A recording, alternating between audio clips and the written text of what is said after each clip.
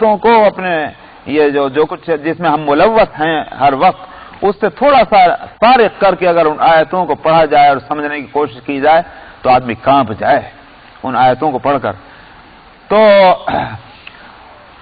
آپ نے فرمایا کہ انبیاء کا جواب یہ ہوگا کہ بات نہیں مانی۔ اللہ سبحانہ و تعالی اب ان مدعا علیہم سے جن کے خلاف یہ دعویٰ ہو رہا ہے ان سے پوچھیں گے کہ میں نے نبی بھیجا تھا، رسول بھیجے تھے، تم نے بات کیوں نہیں مانی؟ ہمارے پاس کوئی نہیں آیا، جواب کوئی نہیں آیا، ہم نہیں جانتے۔ اللہ تعالیٰ انبیاء علیہ السلام سے پوچھیں گے کہ یہ تو انکار کر رہے ہیں، تم کہہ رہے ہو کہ تم نے ڈرایا، تم نے پیغام پہنچایا، تم نے نصیحت کی، تم نے اصلاح کی کوشش کی، یہ تو سب انکار کر رہے ہیں۔ اور قاعدہ یہ ہے کہ البینۃ علی المدعی والیمین علی من انکر، جو مدعی ہے، جو دعویٰ کرنے والا ہے کہ صاحب یہ مکان میرا ہے، میں نے یہ کام کیا ہے وغیرہ وغیرہ، تو اس کے ذمہ ہے پروف لانا، اس کے ذمہ ہے۔ تو اس لیے انبیاء علیہ السلام سے اللہ تعالیٰ کی طرف سے یہ مطالبہ ہوگا کہ پھر وٹنس کون ہے تمہارا، کون ہے گواہ؟ سبحان اللہ، انبیاء علیہ السلام ہیں، اللہ کا خود اپنا علم ہے، ان کے مقابلے میں کفار مشرکین ناہنجار ہیں بے حقیقت، لیکن اس کے باوجود ہو رہا یہ کہ دونوں گویا میدان عدالت میں اس وقت دونوں کی حیثیت یہ ہے کہ اگر وہ انکار کر رہے ہیں تو اس کو بھی ویلیو دی جا رہی ہے، اس کو بھی پوزیشن دی جا رہی ہے، اور اگر وہ اقرار کر رہے ہیں تو ان کا بھی درجہ اس وقت تک تو یہ ایک ہی جیسا ہے، گواہ لاؤ۔ تو انبیاء علیہ السلام اس امت کو پیش کریں گے سرکاری گواہ بنا کر، سرکاری گواہ کی بڑی پوزیشن ہوتی، تو یہ ہے ہمارے لیے وٹنس۔ تو اس امت سے پوچھا جائے گا تم وٹنس ہو؟ سب عرض کریں گے کہ ہاں اس بات کے وٹنس ہیں، گواہ ہیں، شہید ہیں کہ تمام انبیاء نے اپنی امتوں تک پیغام حق پہنچایا۔ تو پھر امتیں کہیں گی یہ کیسے؟ ہم نے ان کو نہیں دیکھا، انہوں نے ہم کو نہیں دیکھا، ان کی شہادت کیسے معتبر ہو سکتی؟ تو معلوم ہوا کہ ایک اس کے اندر شبہ پیدا کر دیا گیا، اور یہ بھی اصول شریعت ہے اور اصول قانون ہے کہ شبہ کا فائدہ مدعا علیہ کو ہوتا ہے۔ جب شبہ پیدا کر دیا گیا تو ابھی فیصلہ روکا جا رہا ہے۔ اچھا، تو انبیاء علیہ السلام سے پھر پوچھا جائے گا کہ تم نے جو گواہ پیش کیے تھے اس پر تو یہ یوں کہیے کہ اس پر الزام آ گیا، تو یہ امتی سے پھر پوچھا جائے گا تم نے گواہی کیسے دی؟ تم نے ان کو نہیں دیکھا، انہوں نے تم کو نہیں دیکھا، تم بعد میں آئے، یہ پہلے آئے، آخر تم نے کس بنا پر یہ شہادت دی ہے انبیاء کے تعلق سے؟ تو امت کہے گی کہ ہم کو یہ اطلاع ملی ہے، ہم کو خبر ملی ہے، اور خبر صادق ہے محمد صلی اللہ علیہ وسلم سے جو نبی الانبیاء ہیں اور آخری نبی ہیں، اس پر آپ کو طلب کیا جائے گا، اور آپ سے پوچھا جائے گا کہ آپ نے اطلاع دی تھی کہ سارے انبیاء جو ہیں انہوں نے پیغام حق اپنی امتوں تک پہنچایا؟ آپ فرمائیں گے ہاں، اس لیے کہ مجھے جبریل نے بتایا، اور جبریل نے لوح محفوظ سے لیا، اور لوح محفوظ میں جو کچھ آیا وہ اللہ سبحانہ و تعالیٰ کی طرف سے آیا۔ تو اب ظاہر ہے کہ اب ریکارڈ پورا ہو گیا۔ تو یہ ہے وہ پورا اس وقت کا ہونے والا واقعہ جس کو ایک آیت میں مختصر انداز میں لیا گیا، جو قرآن حکیم کا خاص انداز ہے۔ تو فرمایا وہ کیسا ہوگا، مطلب یہ کہ پورے اس دن کی اس حالت کی یاد دلا دی کہ اس دن فیصلے ظاہر ہے کہ جیسے اعمال ہوں گے، جیسے احوال ہوں گے، جیسے اقوال اور افعال ہوں گے اس کے مطابق ہوگا۔ اس دن کے لیے آج ہی تیاری اپنے آپ کی کر لینی چاہیے تھی، مگر افسوس کہ غفلت کے پردے پڑے ہوئے ہیں اور آدمی تیار ہونے کو اپنے کو تیار کرنے کے لیے آمادہ نہیں ہے۔ وقت ہو گیا، ہماری سب کی بہت خوش قسمتی ہے، ہم کو اس پر جتنا بھی اللہ کا 41 اعوذ باللہ من الشیطان الرجیم بسم اللہ الرحمن الرحیم فكيف إذا جئنا من كل أمة بشهيد وجئنا بك على هؤلاء شهيدا يومئذ يود الذين كفروا وعصوا الرسول لو تسوى بهم الأرض ولا يكتمون الله حديثا. يا أيها الذين آمنوا لا تقربوا الصلاة وأنتم سكارى حتى تعلموا ما تقولون ولا جنبا إلا عابري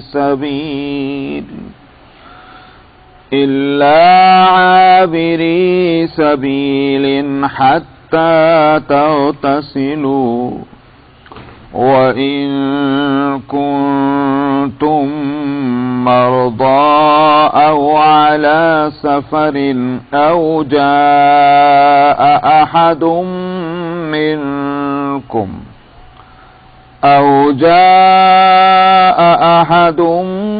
منكم من الغائط أو لامستم النساء فلم تجدوا ماء فتيمموا صعيدا طيبا فامسحوا بوجوهكم وأيديكم إن الله كان عفوا غفورا.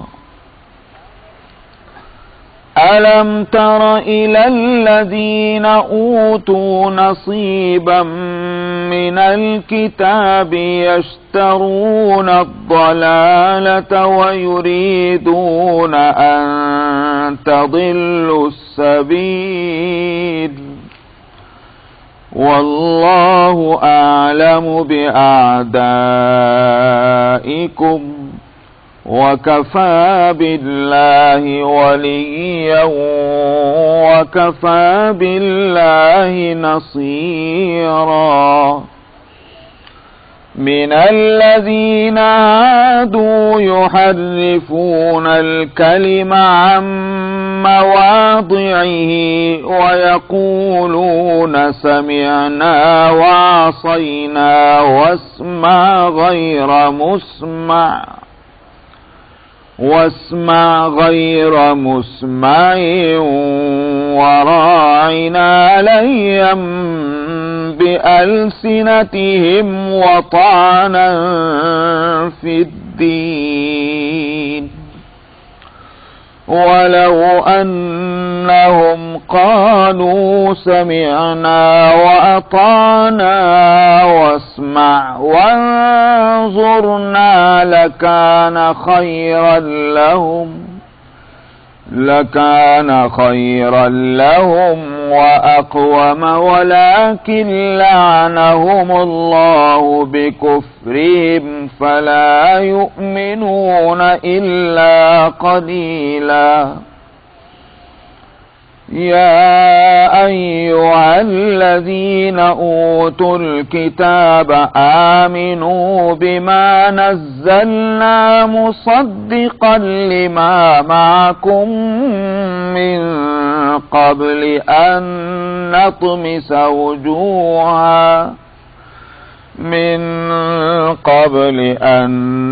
نطمس وجوها فنردها على أدبارها أو نلعنهم كما لعنا أصحاب السبت وكان أمر الله مفعولا. إن الله لا يغفر أن يشرك به ويغفر ما دون ذلك لمن يشاء ومن يشرك بالله فقد افترى إثما عظيما. صدق الله العظيم.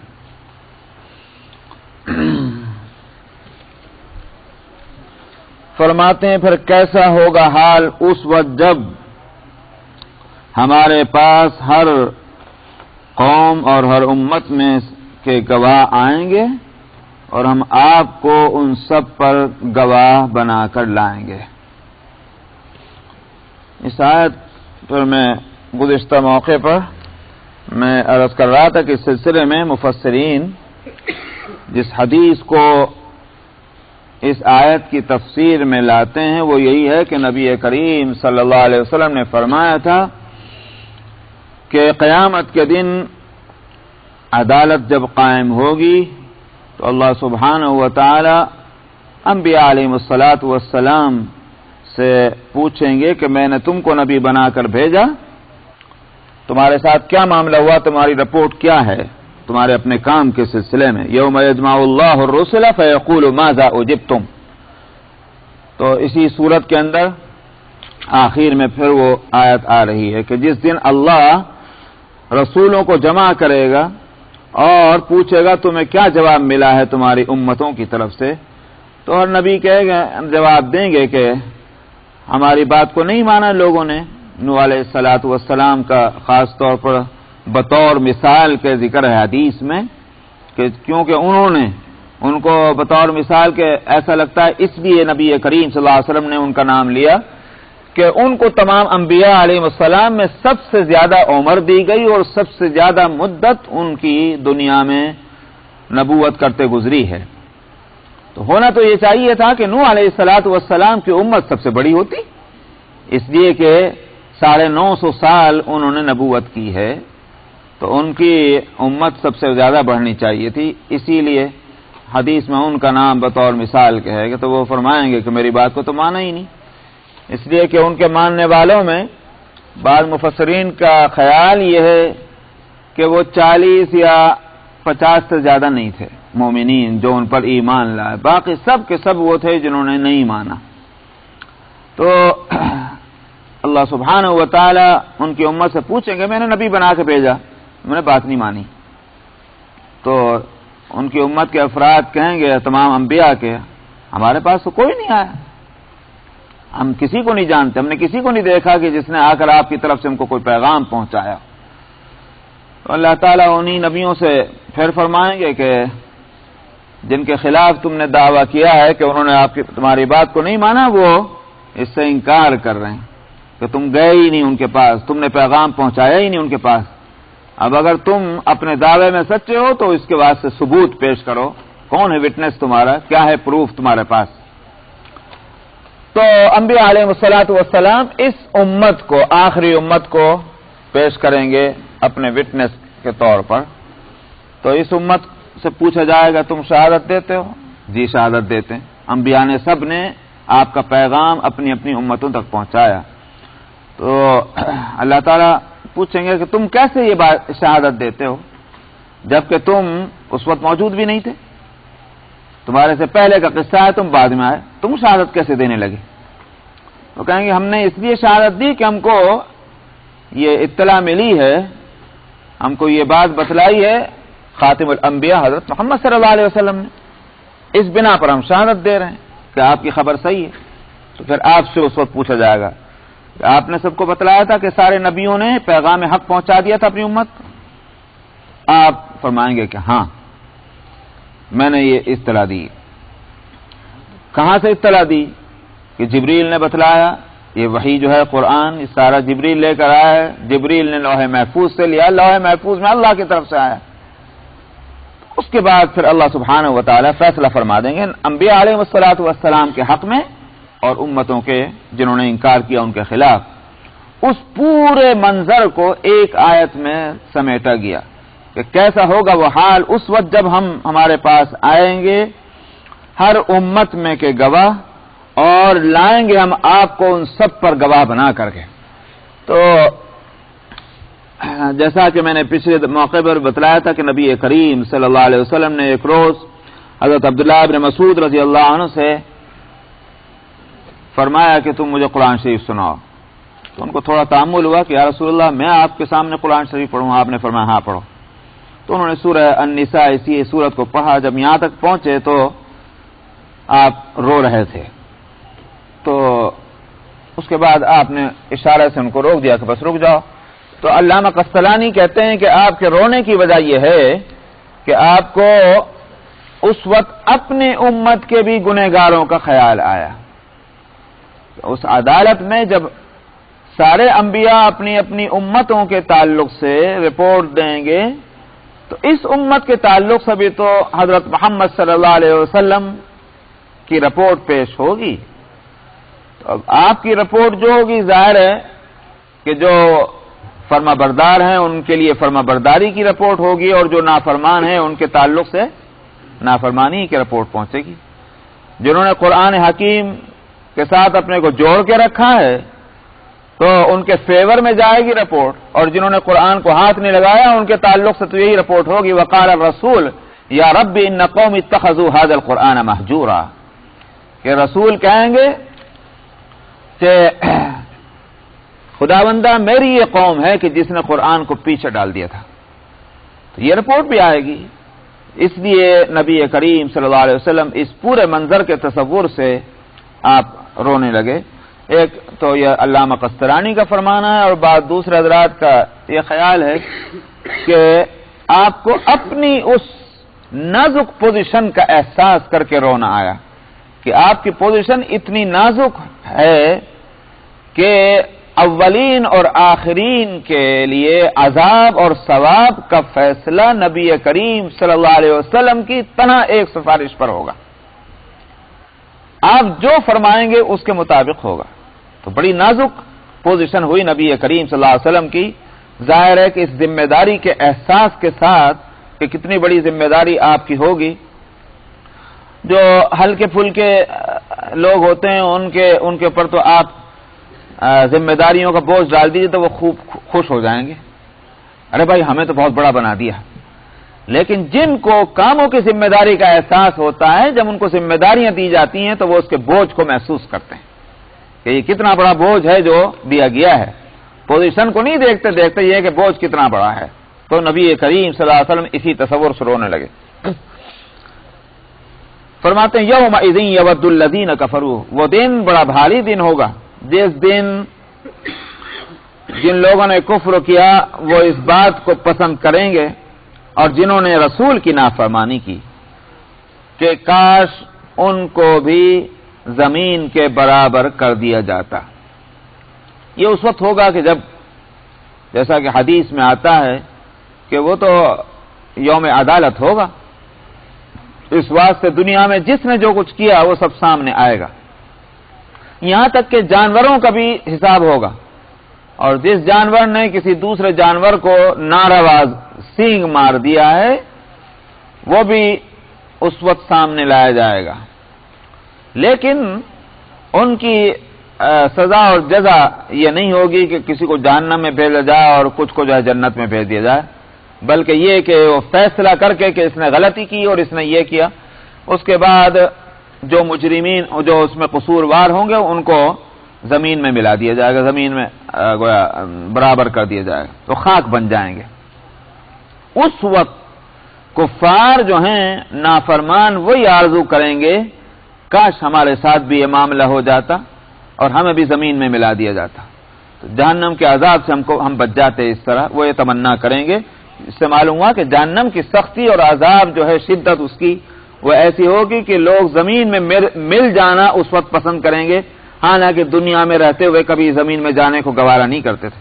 لو تسوا بهم الارض ولا يكتمون الله حديثا, اور اللہ سے وہ کسی بات کو نہ چھپا سکیں گے, یعنی دل کی آرزو بھی نہیں چھپ سکے گی اس وقت جو ان کے دلوں میں یہ خیال اور تمنا کروٹ لے رہی ہوگی, یہ بھی نہیں چھپ سکے گی.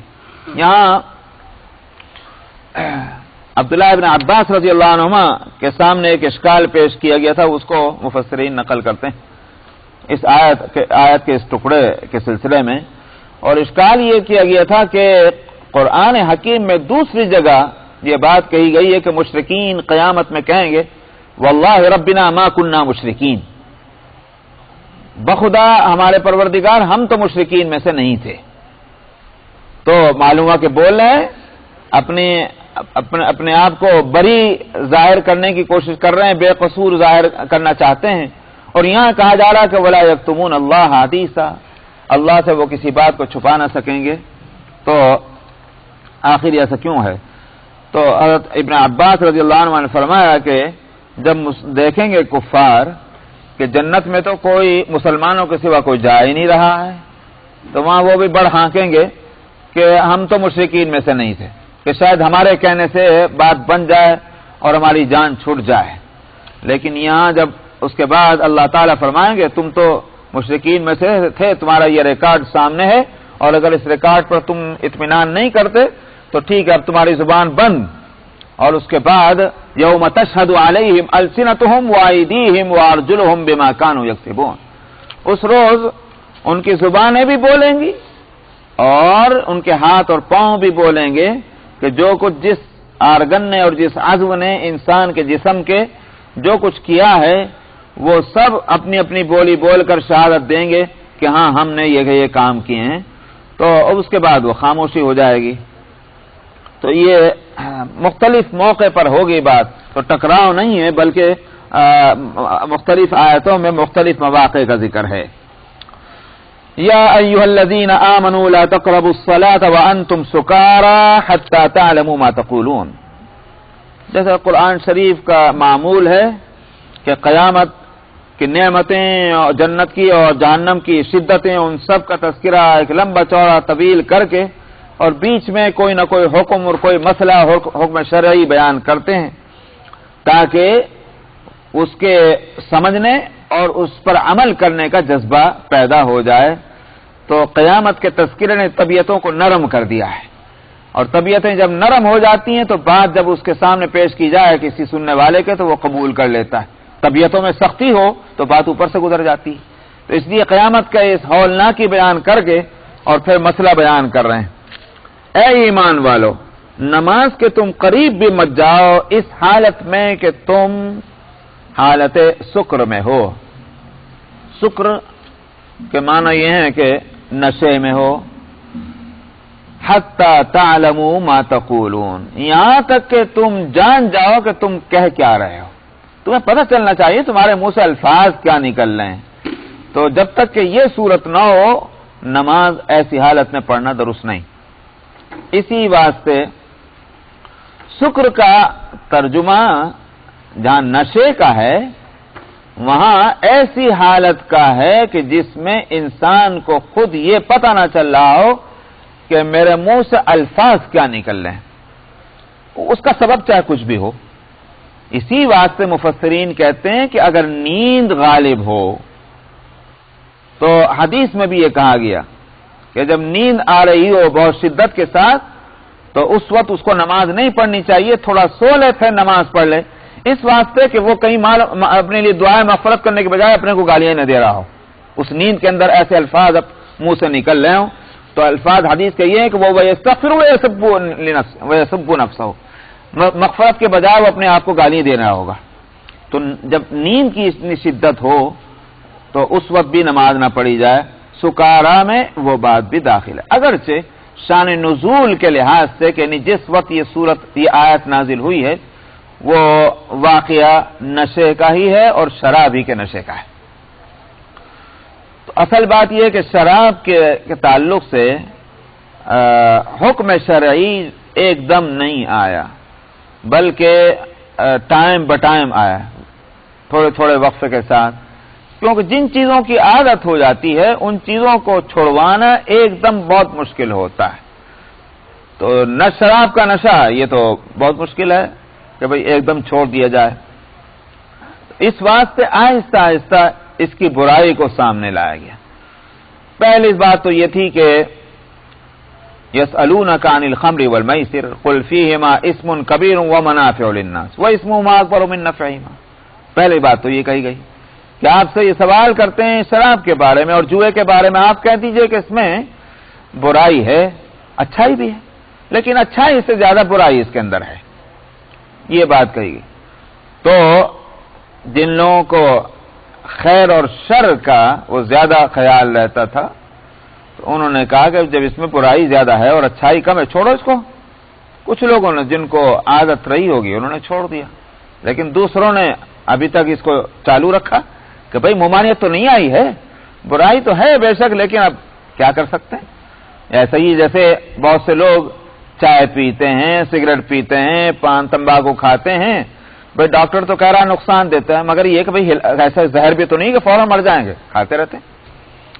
تو اسی طرح سے یہ سلسلہ جاری رہا، یہاں تک کہ ایک موقع ایسا تھا کہ عبد الرحمن ابن عوف رضی اللہ عنہ نے دعوت کی کچھ صحابہ کی، اور اس میں کھانا کھایا گیا شام کا، اور پھر اس کے بعد وہ دور چلا پینے پلانے کا، چونکہ ممانعت تو تھی نہیں، عرب میں اس کی عادت تھی۔ تو وہ نشہ تھا، مغرب کی نماز کا وقت ہوا، مغرب کی نماز کے لیے کھڑے ہو گئے، اور اس میں سورہ الکافرون پڑھی گئی، اور روایت میں آتا ہے علی رضی اللہ عنہ امامت فرما رہے تھے، تو اس میں الفاظ میں کچھ گڑبڑ ہو گئی۔ جب نماز ختم ہوئی تو توجہ ہوئی کہ یہ تو گڑبڑ ہوئی ہے، بڑی پریشانی ہوئی، نبی کریم صلی اللہ علیہ وسلم کی خدمت میں جا کر اس واقعے کو ذکر کیا گیا، تو اس پر یہ آیت اتری تھی، اے ایمان والو نماز کے قریب بھی مت جاؤ اس حالت میں کہ تم نشے میں ہو۔ تو اس واسطے میں نے کہا کہ شان نزول کے لحاظ سے تو شراب کا نشہ ہوگا، سکر سے مراد، لیکن یہ کہ اپنے لغت کے لحاظ سے، ڈکشنری کے لحاظ سے، سکر ہر اس حالت کو کہتے ہیں کہ جس میں انسان کو یہ شعور نہ رہے کہ اس کے منہ سے کیا الفاظ نکل رہے ہیں، اس کا سبب چاہے شراب ہو یا کوئی اور نشے والی چیز ہو یا پھر نیند کا غلبہ ہو۔ حتی تعلموا ما تقولون، اچھا تو یہ آیت اتری، ابھی بھی اب کچھ لوگوں نے چھوڑ دیا، انہوں نے کہا جو چیز نماز سے روک سکتی ہے وہ چیز ہی غلط ہے، لہذا اس کو چھوڑ دینا چاہیے۔ بعض اس میں کچھ ایسے رہے، انہوں نے کہا بھائی ٹھیک ہے، منع تو نہیں کیا، یہ کہا گیا کہ نماز مت پڑھو اس وقت، تو ٹھیک ہے نماز کے اوقات جو ہوں گے اس سے ہم پہلے نہیں پیا کریں گے، اور باقی ایسے اوقات میں کہ جس میں نماز جلدی نہ آنے والی ہو تو عادت ہے اس لیے اس کو پی لیں گے۔ تو اس کے بعد پھر ایک اور واقعہ پیش ہوا، اور وہ یہ کہ دور چل رہا تھا کسی جگہ، اور اس میں اسی نشے کے اندر کسی نے کوئی اپنے بڑوں کی بڑائی اور سامنے والوں کی حقارت، اور یہ کہ ہمارے بڑے تو اتنے 30 مار خاں تھے اور تمہارے لوگوں کو تو اس طرح مار دیا تھا اور یہ کر دیا تھا، جیسے جہالت کی باتیں ہوتی وہ چل پڑی۔ نتیجہ اس کا یہ ہوا کہ ایک کو غصہ آیا، اس نے ایک سوکھی ہڈی لے کے دوسرے کے سر پہ ماری، اس کا خون نکل پڑا۔ نبی کریم صلی اللہ علیہ وسلم کی خدمت میں یہ واقعہ پیش ہوا، یہ مقدمہ پیش ہوا، اس وقت پھر آخر وہ آیت اتر گئی کہ یہ شراب جو ہے انما الخمر والمیسر والانصاب والازلام رجس من عمل الشیطان فاجتنبوه لعلکم تفلحون۔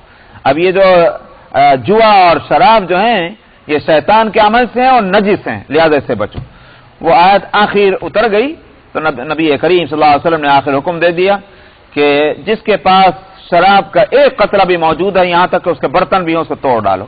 صحابہ نے فوراً اس کی تعمیل کی، اب تو کوئی سوال ہی نہیں تھا کہ اس کے خلاف چلنے کا، کوئی تعویل کی کوئی گنجائش ہی نہیں چھوڑی تھی، لہذا سب نے اس پر عمل کیا اور شراب کے سارے نشانات تک مدینہ منورہ سے ختم کر دیے گئے۔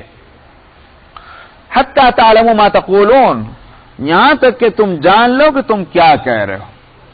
بعض لوگوں نے اس سے، خاص طور پر ایسے لوگ کہ جن کا ذہن یہ ہے کہ قرآن شریف کو ایسے پڑھنے سے کوئی فائدہ نہیں کہ جب تک یہ نہ سمجھ میں آئے کہ قرآن شریف کے معنی اور مطلب ہے کیا، تو بات بڑی خوبصورت کہتے ہیں۔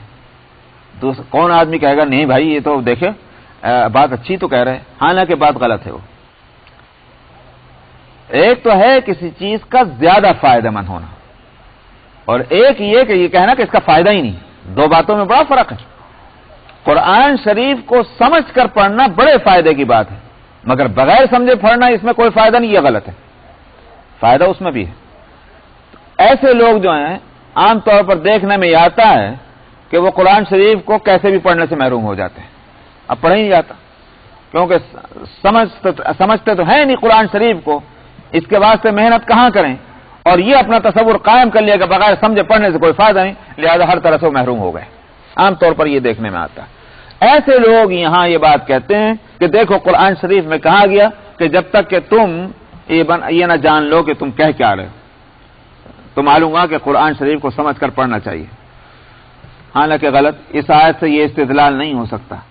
اگر یہ ہوتا سمجھ کر پڑھو تم تو تفہمو کا لفظ آتا.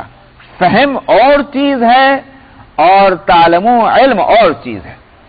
تفہمو اگر فرماتے تو بے شک یہ بات ہوتی کہ جب تک تم سمجھ نہ لو کہ کیا قرآن شریف میں سے کیا پڑھ رہے ہو. یہاں تعلمو کے معنی تمہیں یہ معلوم ہونا چاہیے کہ الفاظ تمہارے منہ سے کیا نکل رہے ہیں. اتنا علم، کیونکہ علم جو ہے، فہم تو ایک ہی چیز تو ہوتی ہے، اور علم کے مرحلے اور مراتب بہت ہیں. علم ادنا درجے کا، علم درمیانے درجے کا، علم اعلیٰ درجے کا. تو اس واسطے علم کے اندر تو مراتب ہیں کہ صاحب ادنا درجہ اس کا علم کا یہ ہے کہ تمہارے منہ سے الفاظ کیا نکل رہے ہیں وہ معلوم ہونا چاہیے. ہاں اعلیٰ درجہ علم کا بے شک یہی ہے کہ صاحب آدمی جو ہے حقائق اور معارف جو ہیں وہ بھی اس کے سامنے آ جائیں، وہ اعلیٰ درجے کا علم ہے. آخر سورہ التکاثر کے اندر علم عین الیقین اور علم الیقین اور حق الیقین یہ سارے لائے گئے کہ نہیں لائے گئے؟ معلوم ہوا کہ علم کے اندر علم کے مراتب بہت سے ہیں. وَلَا جُنُوبًا إِلَّا عَابِرِي سَبِيلٍ حَتَّى تَغْتَسِلُوا، اور اسی طرح سے نماز کے قریب مت جاؤ تم اس حالت میں کہ جنابت میں ہو، یعنی ناپاکی کی حالت. جنوباً جنب اجنبو کے معنی آتے ہیں جس کو کہتے ہیں بیگانگی، انفیمیلیئر جو ہوتا ہے، اس کی یہ معنی ہے. اسی سے اجنبی بنا ہے، جو اسٹرینجر جو ہوتے ہیں اجنبی، تو اس کو اجنبی اسی جنب سے بنا ہے. بیگانگی جو ہے یہ معنی. ناپاکی میں انسان چونکہ پاکی سے اور صفائی سے بیگانہ ہو جاتا ہے، اس لیے اس حالت کو جنابت اور اس شخص کو جنوبی کہتے ہیں. تو ولا جنوبن، اور نئی اس حالت میں نماز سے قریب جاؤ کہ تم جنابت سے ہو. جنابت اس ناپاکی کے حالت کو کہتے ہیں کہ جس سے غسل واجب ہوتا ہے. جس سے وضو واجب ہو اس کو جنابت نہیں کہتے، کیونکہ وہ ناپاکی جو ہے وہ بہت ہلکے درجے کی ہے. اس واسطے اس کے پاک ہونے کے لیے بھی صرف وضو کافی ہے. لیکن جنابت جو ہے اس میں پورے طور پر ناپاکی پورے بدن میں سرایت کر جاتی ہے. اس واسطے پورے بدن کو ہی غسل کے ذریعے سے پاک کرنا ضروری ہوتا ہے. تو اس واسطے جنابت جو ہے اس ناپاکی کو کہیں گے کہ جس سے کہ غسل فرض ہے. الا عابری سبیل حتی تغتسلوا، یہاں تک کہ راستے کا گزرنے والا ہو، مگر یہ کہ راستے کا گزرنے والا ہو، یہاں تک کہ تم غسل کر لو. مطلب یہ ہے کہ غسل فرض ہے حالت جنابت میں. غسل کے بغیر نماز نہ پڑھی جائے. ہاں اگر عابر سبیل ہے تو پھر اس کے واسطے مسئلہ دوسرا ہے. عابر سبیل سے مراد کیا ہے؟ ترجمہ تو میں نے کر دیا، راستے کا گزرنے والا. اس کا جو اس کے معنی جو ہیں، اس میں عبداللہ بن مسعود، انس بن مالک اور حضرت حسن بصری، یہ تابعین اور صحابہ میں بڑے جلیل قدر ہیں. ان حضرات کا تو یہ کہنا ہے کہ اس سے مراد ہے مسجد کے اندر گزرنا. تب مسجد کے اندر گزرنا، پہلے اس سے پہلے اب پیچھے ہٹیے. لا تقربوا الصلاۃ کا میں نے ابھی تک ترجمہ کیا تھا نماز کے قریب مت جانا. تو الصلاۃ کے ایک معنی تو نماز کے ہیں اور ایک معنی ہے موضع صلاۃ کے، یعنی نماز کی جگہ. تو ایک ترجمہ تو وہ میں نے کیا کہ نماز کے قریب مت جاؤ، یعنی نماز مت پڑھو اس حالت میں. اور اگر موضع صلاۃ اس کا ترجمہ کیا جائے تو پھر اس کے معنی یہ ہوں گے کہ نماز کے پڑھنے کی جگہ مت جاؤ، یعنی مسجدوں میں. قرآن شریف کے اندر ایک اور آیت موجود ہے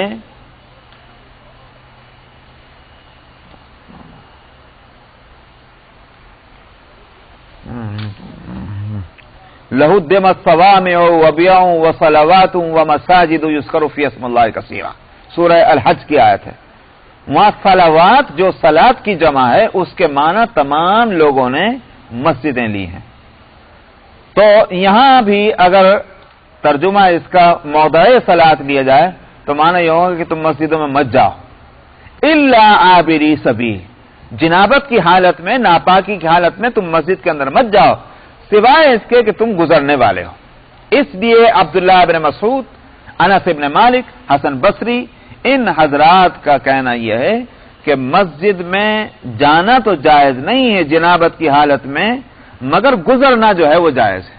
مثال کے طور پر کسی کا ایسا ہی راستہ بن رہا ہو کہ اس دروازے سے داخل ہو، اس دروازے سے گزر جائے کسی ایسی ضرورت کے لیے کہ بھائی راستہ کوئی نہیں.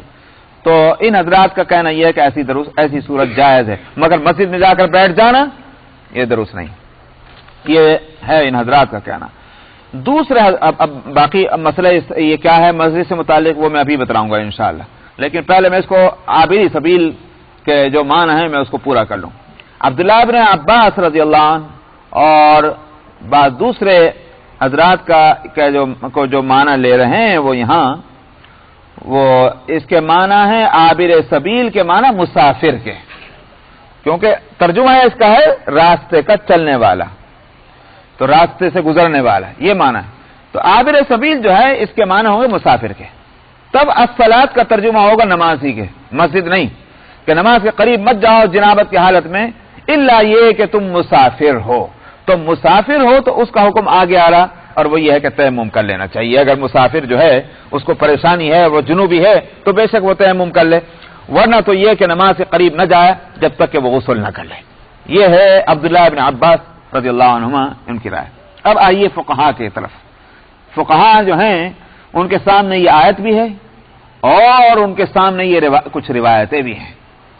تو جہاں تک امام مالک اور امام شافعی رحمہم اللہ کا کہنا، ان کا تو مسلک یہ ہے کہ نماز میں جیسے یہی جو میں نے بتایا کہ عبداللہ بن مسعود رضی اللہ عنہ، ابراہیم نخعی اور حسن بصری ان کا جو مسلک ہے اس کے مطابق ان حضرات کا کہنا تو یہ ہے کہ مسجد سے گزرنا تو جائز ہے، مسجد میں جا کر بیٹھ جانا ناپاکی کی حالت میں جائز نہیں.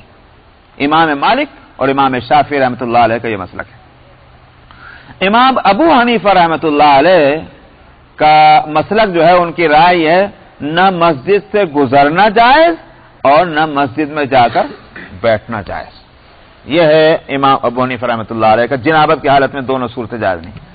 دلیل جو ہے امام ابو حنیفہ کی وہ ہے حضرت عائشہ رضی اللہ عنہا کی روایت کہ نبی کریم صلی اللہ علیہ وسلم نے فرمایا وجہ البیوت عن المسجد فإنی لا احل المسجد لحائط ولا لجنوب. آپ نے فرمایا کہ یہ جو پہلے اصل میں یہ تھا کہ مسجد نبوی جو تھی اس کے ادھر ادھر لوگوں کے گھر بنے ہوئے تھے اور لوگوں نے اپنے دروازے مسجد کے اندر کھول رکھے تھے، تو لہذا اسی سے اپنا گزرتے چلتے پھرتے یہ سارا تھا. تو نبی کریم صلی اللہ علیہ وسلم نے اس کے تعلق سے فرمایا کہ ان گھروں کو جو ہے مسجد کی طرف سے پھیر دو. وجہ البیوت عن المسجد یعنی ان کے دروازے جو ہے مسجد کے اندر نہیں کھلنے چاہیے. فإنی لا احل المسجد لحائط ولا لجنوب کہ میں حلال نہیں قرار دیتا کہ مسجد میں کوئی حالت حیض میں کوئی عورت یا اسی طرح سے جنابت میں کوئی مرد جو ہے اس حالت میں ناپاکی کے وہ مسجد میں جائے. یہ دلیل ہے امام ابو حنیفہ کی. امام احمد ابن حنبل رحمہ اللہ وہ اس حدیث کو ضعیف اور مجہول قرار دیتے ہیں. اس واسطے ان کا مسلک جو ہے وہ یہ ہے کہ مسجد سے گزرنا بھی جائز جنابت میں حالت میں اور مسجد میں جا کر بیٹھ جانا بھی جائز، البتہ وضو کر لینا چاہیے اور وضو کی صورت نہ ہو تو تیمم کر لینا چاہیے. یہ امام احمد ابن حنبل کا مسلک ہے. ان کی دلیل ہے عطا ابن یسار کی روایت. ان کی روایت یہ ہے کہ انی رأیت رجالا من اصحاب النبی صلی اللہ علیہ وسلم یجلسون فی المسجد وهم یجنبون اذا توضؤوا وضوء الصلاة. عطا ابن یسار کی روایت اس کا ترجمہ یہ ہے کہ میں نے نبی کریم صلی اللہ علیہ وسلم کے بہت سے صحابہ میں سے کچھ لوگوں کو دیکھا، کچھ لوگوں کو کہ وہ مسجدوں میں بیٹھتے تھے اس حالت میں کہ وہ حالت جنابت میں ہوتے تھے، ناپاکی کی حالت میں، جبکہ وہ نماز والی وضو کر کے بیٹھ جاتے تھے. یعنی غسل نہیں کیا لیکن نماز والا جیسے وضو ہوتا ویسا کیا، مسجد میں بیٹھ گئے، نماز وغیرہ بے شک نہیں پڑھتے تھے. یہ عطا ابن یسار کی روایت ہے. اس کی بنا پر امام احمد ابن حنبل رحمہ اللہ کا مسلک یہ ہے کہ مسجد کے اندر بیٹھنا بھی جائز ہے اور گزرنا بھی جائز ہے. ہاں مسجد کے آداب کا لحاظ کرتے ہوئے کم سے کم وضو کر لینا چاہیے، وضو کی بھی صورت نہ ہو تیمم کر لینا چاہیے. یہ امام احمد ابن حنبل کا مسلک.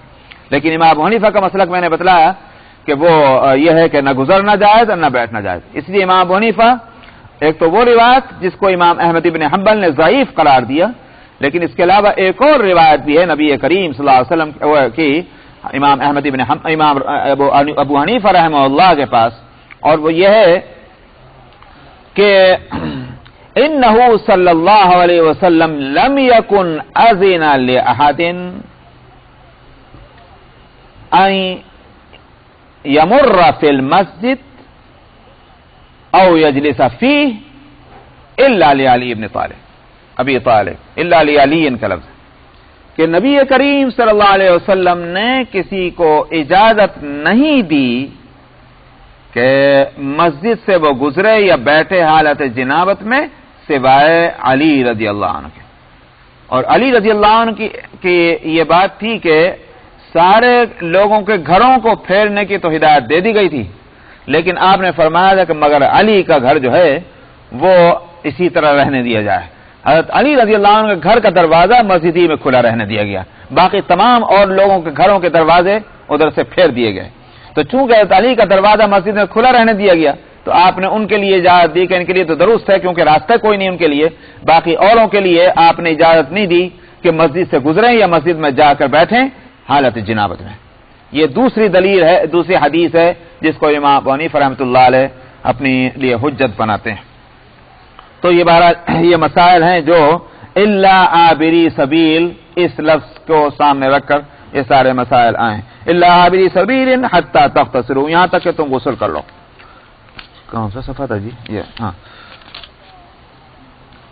وَإِن كُنتُم مَّرْضَىٰ أَوْ عَلَىٰ سَفَرٍ، اور اگر تم بیمار ہو یا سفر کی حالت میں ہو، او جاء احد منکم من الغائط، یا تم میں سے کوئی شخص اپنی حاجت واش روم کی حاجت پوری کر کے آئے، او لامستم النساء، یا تم میں سے کوئی شخص عورت کو چھوئے، یہاں تو میں ترجمہ صرف چھوا کر لوں. فلم تجدوا ماء، پھر اگر تم پانی نہ پاؤ تو تیمم کر لو پاک مٹی سے، اور اس تیمم کا طریقہ یہ ہے فامسحوا بوجوہکم، مسح کر لو اپنے چہروں کا، وایدیکم، اور اپنے ہاتھوں کا، ان اللہ کان عفوا غفورا، اللہ سبحانہ و تعالی معاف فرمانے والے مغفرت فرمانے والے. یہ جو وہ مسافر کو جو ایگزمپٹ کیا تھا کہ نماز سے قریب مت جانا جب تک کہ غسل نہ کر لو سوائے مسافر کے، تو معلوم ہوا کہ مسافر کو کیا کرنا ہے، اس کے لیے یہ ہے کہ جس طرح سے ایک بیمار ہے اور سفر میں کوئی شخص ہے اس کے واسطے مسئلہ یہ ہے کہ وہ تیمم کر لے. اور تیمم اس آیت نے یہ بتلایا کہ وضو کے لیے اور اسی طرح غسل کے واسطے تیمم ایک ہی طریقے سے ہے، اور وہ یہ کہ مٹی سے تیمم کیا جائے اور چہرے پر اور ہاتھوں پر اس کو پھیر لیا جائے. اس میں بھی کئی مسئلے نکلنا ہے. فقہا یہاں سے یہ آیت جو ہے چونکہ احکام کی آیت ہے، مسائل کی ہے، اس واسطے اس میں مسئلے نکلنے ہیں، ایک ایک لفظ کے اندر مسئلے ہیں. پہلا مسئلہ تو یہ سمجھنے کی ضرورت ہے کہ اولا مستم النساء، کہ عورت کو یا تم چھو، اس کے معنی کیا ہے؟ جہاں تک امام شافعی رحمہ اللہ کا مسلک ہے وہ تو یہ ہے کہ لمس کے جو اصل معنی ہے لغوی وہی معنی مراد لیں گے، اور چھونا جو ہے عورت کا اس حالت میں کہ براہ راست اس کے جسم کو بغیر کپڑے کے واسطے کے اگر چھوا تو وضو ٹوٹ جاتی ہے. یہ تو ہے امام شافعی رحمۃ اللہ علیہ کا مسئلہ، لہذا وضو ٹوٹ گئی وضو کرو. امام مالک رحمہ اللہ کا مسئلہ یہ ہے کہ بحالت شہوت، یعنی وہ خواہش جو ہے جس سے کہ جس کو شہوانی خواہش اگر ہے، اس کی حالت میں چھونے سے، یہ تو بھائی قرآن شریف کا سنیے، اس کو وہ تو حضرات بیٹھے ہوئے ہیں بہت اچھے نیک آدمی، مگر قرآن شریف سے بڑھ کر کوئی چیز نہیں ہوتی، اس لیے توجہ ادھر رہنی چاہیے. تو امام مالک رحمہ اللہ کا فرمانا یہ ہے کہ بحالت شہوت اگر چھوئے گا تو وہ ٹوٹے گا، محض مطلقاً چھونے سے نہیں ٹوٹتا.